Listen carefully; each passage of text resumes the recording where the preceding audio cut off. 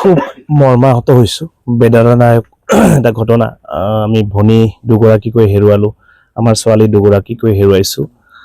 আমি পৰিয়ালবৰ্গক সমবেদনা জনাইছোঁ, লগতে আমাৰ ভনী দুগৰাকীৰ আত্মাৰ চিৰশান্তি কামনা কৰিছোঁ।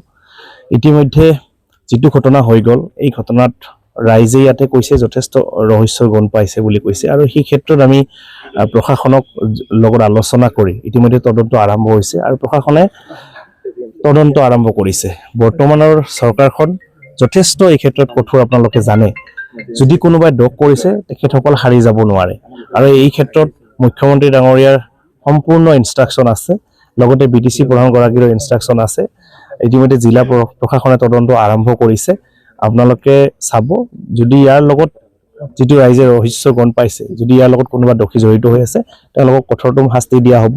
প্ৰশাসনে ইতিমধ্যে তদন্ত আৰম্ভ কৰিছে, আৰু অলপ আগতে আমাৰ সন্মানীয় প্ৰাক্তন মন্ত্ৰী তথা বিধায়ক ডাঙৰীয়া আজি আমাৰ মাজত আহি উপস্থিত হৈছে খবৰ ল'বলৈ। তেখেতক ধন্যবাদ জনাইছোঁ। আৰু লগে লগে ইয়াৰ ৰাইজে এটা কথা কৈছে যে যিটো পুখুৰী আছে ৰাস্তাৰ কাষত, সেই পুখুৰীটো বন্ধ কৰাৰ তেওঁলোকে আহ্বান জনাইছে। আমি জিলা প্ৰশাসনৰ লগত আলোচনা কৰি খুব সোনকালে এইটো বন্ধ কৰাৰ ব্যৱস্থা কৰিম, আৰু লগে লগে এতিয়া তৎকালীনভাৱে আমি বেৰিকেডৰ ব্যৱস্থা কৰি আছোঁ। কাম ইতিমধ্যে আৰম্ভ হৈছে, আপোনালোকে দেখা পাইছে, আৰু মই মালিক পক্ষকো জনাইছোঁ ইতিমধ্যে আমি পুখুৰীটো বন্ধ কৰিব লাগে।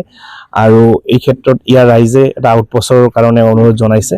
আমি সোনকালে আলোচনা কৰি মুখ্যমন্ত্ৰী ডাঙৰীয়াৰ লগত ইয়াতে এটা আউটপোষ্টৰ ব্যৱস্থা কৰাৰ কাৰণে চেষ্টা কৰিম, আৰু লগে লগে পৰিয়ালবৰ্গৰ আগন্তুক দিনত যিবিলাক সমস্যা আছে, যিবিলাক অসুবিধা আছে, আমি একেলগে থাকি তেওঁলোকৰ দুখৰ সমভাগী হৈ তেওঁলোকৰ সমস্যাসমূহ সমাধান কৰিবলৈ যত্ন কৰিম, আৰু তেওঁলোকৰ কাষত আমি সদায় থাকিম।